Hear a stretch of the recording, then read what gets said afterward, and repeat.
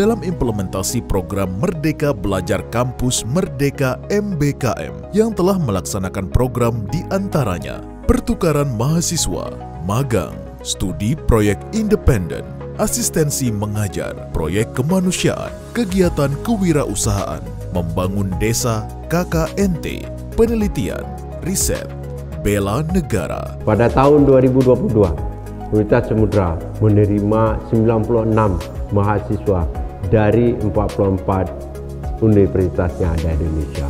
Dengan adanya program pertukaran mahasiswa, mereka akan saling bekerja, saling bahu-membahu. Terasa bahwa kita hidup di dalam satu kesatuan Republik Indonesia.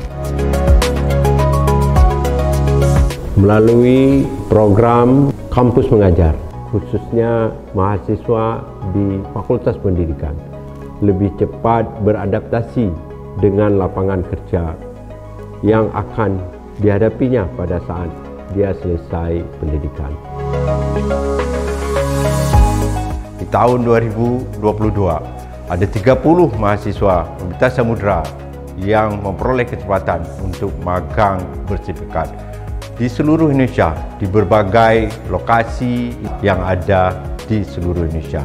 Inilah kesempatan yang harus diraih oleh seluruh mahasiswa Universitas Samudera.